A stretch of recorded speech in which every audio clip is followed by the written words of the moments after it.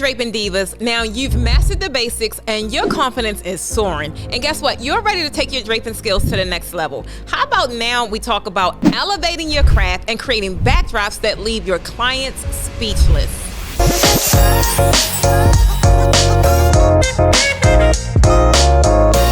Welcome to another episode of Raising the Bar, which is the #1 event draping podcast on the internet. And as always, I'm your fabulous host, Precious Stevens, aka the Draping Queen, and I'm bringing you guys the ins and the outs of the event draping world. Now, here at the Posh Academy, guys, we only believe in dropping gems. So in every episode, we discuss the secrets, the challenges, and the untold stories of event draping. So let's drape it up and dive in. So guys, I want to start off talking about some ways to add that extra wow factor to your designs, right? I want you to think beyond the basics because let's just face it, guys, we are shooting for premium. I want you to explore a wide variety of fabrics with different textures and different weights, right? Now think about velvet. When you think of velvet, when you feel velvet, the first thing you think about, guys, is luxury, right? It kind of gives that va-va-boom to almost any design. Now, these are the things you want to think about when you're trying to take your designs to the next level, right? And not to mention when you're trying to really increase the price point of how much you actually can make with your designs. You also want to think about the sequin panels, guys. This actually adds a touch of glam and modern glam at that to whatever it is you're doing. Who do you know that really love the luxe or the big bold kind of designs do not love sequin? Sequin is going to be the thing that kind of just pops and instantly draw attention to what it is that you're doing. Not to mention, guys, sequin panels are a premium flavor. And if you're really trying to level up, these are the panels and some of the textures that you should be adding to your inventory because they are the ones that people request almost all the time. So if you truly want your designs to stand out from what everybody else is doing, guys, your designs have to scream a lot louder, right? Think of it as if this is your marketing component. So if you're walking down the aisle and you're shopping, right? Let's just say you're looking for some cereal and the cereal that's in the aisle, it's a complete total aisle that's only dedicated to cereal. But you have your preference, right? So whatever your preference is, you're going to be inclined to go to that cereal. So you kind of want to think of your backdrops the same way. Even though people think the market is saturated, it really isn't. However, with the influx of new designers, guys, you got to work a little harder to make your stuff stand out. So definitely think of it as you're on the block. People are shopping the block for backdrops. How are yours going to stand out from what everyone else is doing? And look around to your competitors, right? See what they're doing. I guarantee you most of them are using a lot of the maintenance-free fabrics such as the spandex and the stretch. And the reason being because they don't know how to drape. I hate to say it, but these are maintenance-free fabrics. They're super easy to use, and it doesn't take a lot of skill to maneuver these different textures, right? Not saying that anything is wrong with it, but if you want to stand out and you want to attract premium clients, you got to definitely put some premium blends in your design because premium attracts premium. All right, next up, guys, we have embrace the pleat. Guys, the pleats are not your enemy. I know a lot of people struggle with pleating techniques, but this is a skill that you actually can learn. And pleating techniques is something that can take your draping from basic to breathtaking. I want you guys to focus on learning the different pleat styles, right? Because guess what? It is different styles. You have the pinch pleats, you have the open pleats, you have the ever so elegant fan pleat, and that's the one that a lot of people do because it's easy to kind of achieve, right? But guys, the pleats are an attention grabber. I'm trying to tell you, anytime, that's like the first thing people talk about when they're in class. That's the first thing people talk about when they are, displaying their work. When I see my students work, that's the first thing I look at. The pleats must be pleating, right? That's the thing that kind of, again, sets you apart. Now, and if you're able to achieve those crisp pleats that's polished and they really defined, that is a big indicator that you are a professional designer. You have either mastered your craft or you've been trained or you just kept practicing and practicing and practicing till you got it right? It's a big difference. And this is what I really, really, really want you guys to understand and pay attention to. It's a major difference between pleats that are crisp and pleats that are sloppy. It will definitely show. And especially with someone that has a trained eye, you can have the most elegant design, right? Because to the average person, it could look that way. But to someone that's been professionally trained, they can instantly see oh, they don't really know what they're doing, or they kind of put that together, or they got by, right? And I don't want you guys out there on Front Street that way, because people do know, especially with, like I said, the influx of new designers, the influx of new instructors. It's just a whole new wave.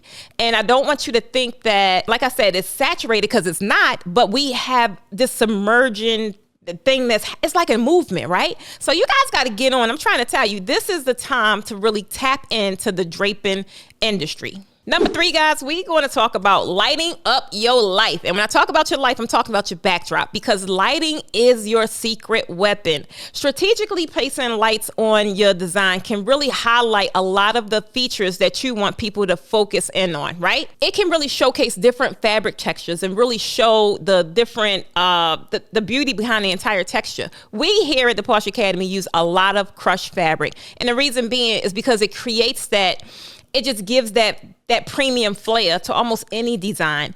And the lighting itself is the things that's going to actually showcase that, right? So if you are having, let's just say, 2 deep scallop swags on your backdrop, the actual scallop swag is the part that you're going to want to highlight with uplighting if you can. It's just going to bring all of that focus and take it right to that area where you want people to pay attention to, for one.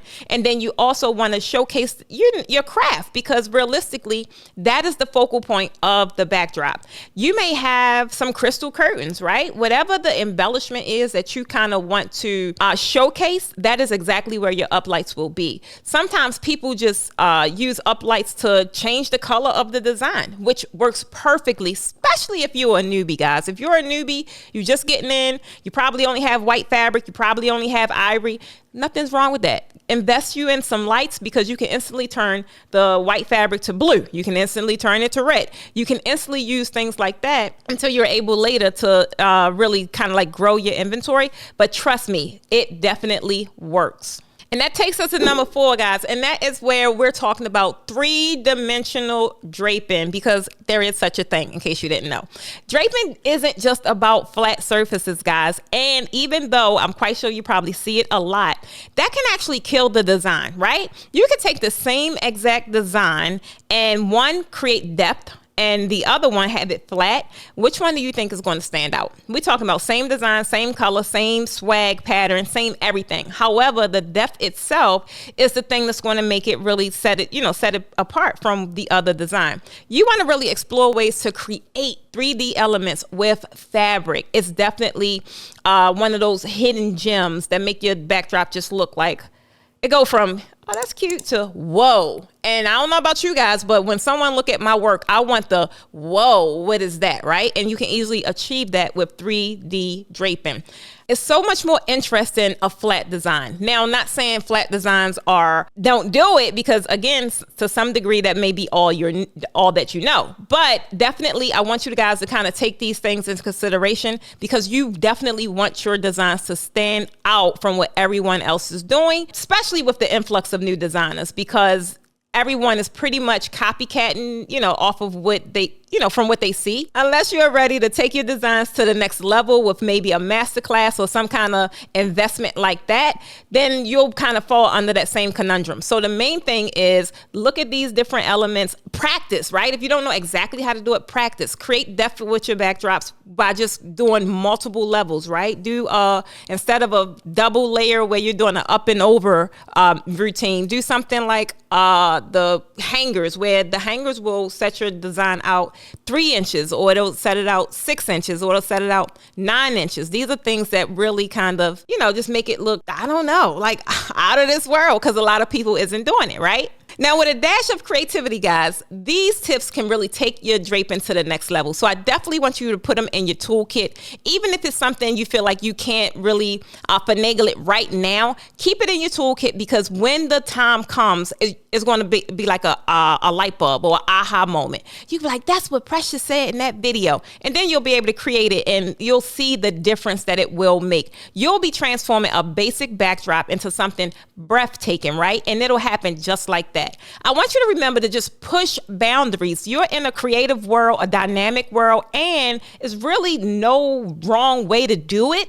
There are a lot of ways that I refer and I advise. However, there is no wrong way, guys. Your creativity, your vision. You can pretty much do what you want. So just remember to have fun because it is your design. Now, if you found this video to be helpful, guys, show your girl some love and drop a like and subscribe to the best draping podcast on the internet. Now, you know I love to keep the conversation going, so let me know in the comments, how long have you been draping? But guys, don't forget to tell me your name and your city. I love knowing where you guys are from. Not to mention, it helps me determine my tour locations. So if you're looking to join an exclusive community of others who are new and existing in the draping world, then guess what? Join us on Facebook and access my free vendor list. This will help you get started and help you get further a lot faster. And this is actually inside my group, right? All you got to do is click the link below in the description to gain access. Now, once you're inside the group, all you got to do is go over to the guide section and you'll have access immediately. I want to thank you guys for tuning in, and check back next week, same time, same place, because I'm sharing with you how to go from a wrinkled mess to a draping diva.